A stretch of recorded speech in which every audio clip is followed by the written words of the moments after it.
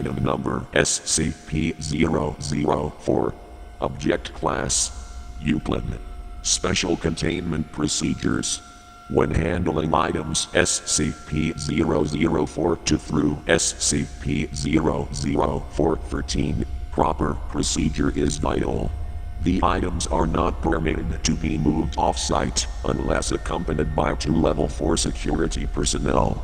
Under no circumstances should any other component of SCP-004 be taken through SCP-004-1. The effects of doing so are as yet unknown, and the current cost of experimentation makes further research impractical. Should any of the objects contained within SCP-004-1 breach containment, or the facility be breached, the keys must be brought inside and the door closed prior to activation of Site-62's on-site warhead. Unauthorized removal of keys from the testing area is grounds for immediate termination.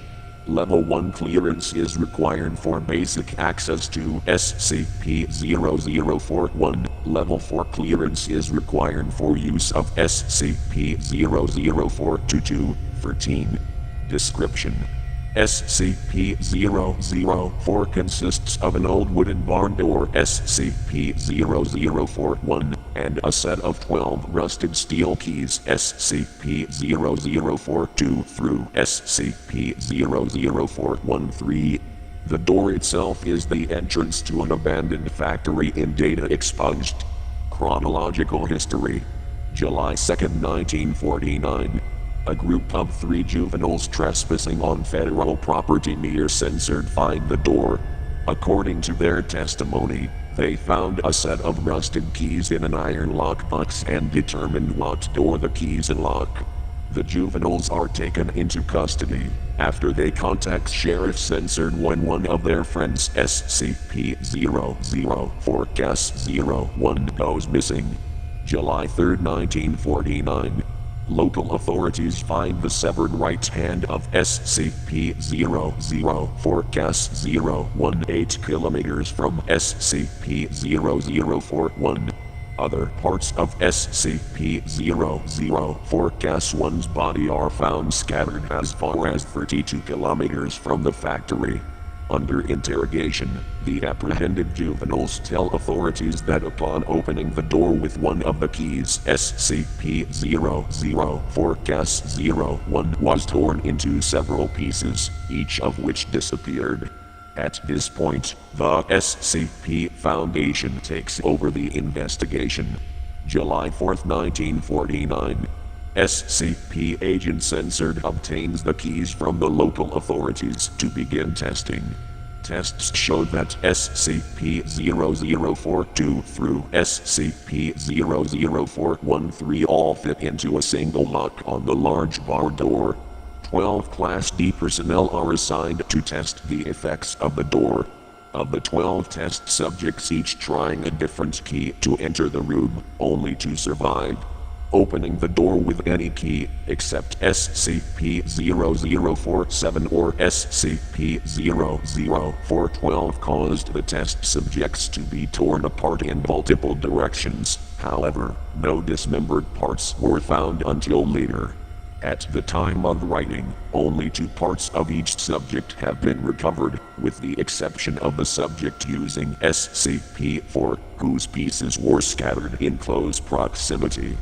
The others have, for all intents and purposes, vanished from existence. Of the 2 surviving subjects, only one, having used SCP-0047, returned unharmed. The other came back in a near catatonic state, able only to remove himself from the room and then collapse on the floor, and had to be restrained to prevent him from gouging out his eyes. See Appendix A, Mental Health Effects of SCP-004. The subject using SCP-0047 said that he had entered a large room, impossibly big for the size of the attached building. After his exit, SCP-004-1 was propped open and an armed squad of Level 3 personnel entered. The size of the room is impossible to measure, and the door frame and the individuals in the room are the only part of the room that can be felt or illuminated. July 16, 1949. The juvenile suspects and sheriff censored are terminated. August 2, 1949. Censored is declared a hazardous area due to an exploded ordnance and fences erected in order to prevent civilian ingress. Tests to determine safety of exposure to environment behind SCP-0041 begin. December 1, 1950. Spacetime anomalies resulting from exposure to SCP-004 are confirmed. Testing is suspended until further notice. July 2, 19 censored. The unaccounted for remains of SCP-004-01 appear unexpectedly outside SCP-0041. Despite being killed decades before, the remains of SCP-004-01 are not decomposed in any manner and are still warm to the touch. Blood remains uncoagulated. The remains are remanded for testing. July 4, 19 censored. The unaccounted for remains of one of the 12 original test subjects appear in similar manner to those of SCP-004-01. The remains have been designated SCP-004-02. Records suggest that both SCP-004-01 and CAS-02 used SCP-004 censored. March 21, 1999. With the massive proliferation of nuclear weapons and World War III only censored years away, construction has begun on a site inside SCP-0041. The site is to stock supplies for censored person days. April 21, 1999. Censored has ordered the site inside SCP-0041 to be expanded to include emergency storage for all mobile SCP-censored specimens and a censored petabyte database for the storage of all SCP data. The facility is now referred to as Site 62. September 25, 2000. Site 62 is operational. Labs and containment units are complete and can contain the most dangerous specimens. Backup of the SCP database has begun. January 25, 2001. Due to time anomalies, see space-time anomalies below, all personnel working at Site 62 are now required to reside on site permanently. Families of personnel are to be informed that loved ones perished in an industrial accident. Cloned bodies have been prepared for funeral. August 14, 2003. Massive power outage across northeast United States and through Canada. Due to the initial failure of multiple SCP generators, Site 62 was without power for 53 minutes. During those 53 minutes, those on site were completely without any source of light. They reported sensing creatures and people, although no abnormal entities could be seen or felt. Selected facility personnel were allowed to read censored Appendix A, and said the creatures sensed were of humanoid size but otherwise similar to the massive green creature described. Spacetime anomalies. SCP-004 seems to propagate spatiotemporal anomalies. Personnel leaving the facility report losing time.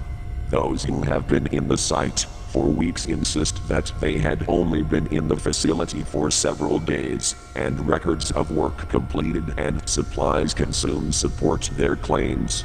Other temporal anomalies involve SCP-004-2 through 13, especially the reappearance of SCP-004-01 and SCP-004-02 exactly censored years after using SCP-004 censored. Censored has been assigned to investigate all aspects of these time anomalies. Spatial anomalies include the impossibly large dimensions of the area opened by SCP-0047. Similarly, the 2003 blackout incident suggests that there exists an alternate plane of existence within the same space that Site-62 occupies. Additional notes. Testing on SCP-004 reveals that 10 of the keys open SCP-0041 on a dimension where the laws of physics and topology are significantly different than those of our home dimension. Test subjects meeting these hostile conditions are torn apart, their body parts deposited in various locations, only 3 of which have been verified to be on Earth. Material deposited at 2 of these points appears immediately. Material deposited at the 3rd appears exactly censored years into the future. The other 7 locations are currently unknown. Current testing focuses on 2 avenues of research. The first is finding ways to survive SCP-4's hostile topologies. The second data expunged suggest that SCP-004-13 may open doors other than SCP-0041. Appendix A. Mental health effects of SCP-00412. All Class D personnel using SCP-00412 return in a catatonic state, unable to speak. Some may have enough energy left to try to claw out their eyes. Of the 16 subjects, only 4 have survived. Only 1 has regained speech, following long-term psychotherapy. He was able to tell the psychiatrist that he saw a massive green creature, so large that much of its body extended beyond his field of view. He reported innate fear and sudden recognition, as if it were something buried deep in left square bracket his right square bracket primal fears, and forced implantation of incomprehensible memories. Subject displays acute anterograde and retrograde amnesia. Appendix B. Additional information. Item number SCP-00414. Date of discovery: September 2, 1950. Origin of object. Object was discovered elsewhere in factory area, in the previously undiscovered manager's office. Description. Object appears as a large, unvarnished wooden box. The box may be unlocked by the safe key SCP-0047, as well as 5 of the unsafe keys. See document SCP-0041. Upon unlocking SCP-00414 with SCP-0047, the box opens automatically on hinges. The volume of the space inside is precisely 5 times greater than the outer dimensions imply. Items placed within, while the lid remains open, do not affect the weight or any other properties of the box. When the lid is closed and locked, however, all items inside vanish irretrievably. Personnel locked inside the box are also irretrievable, although losing personnel in this fashion appears to affect significantly the dreams experienced by data expunged.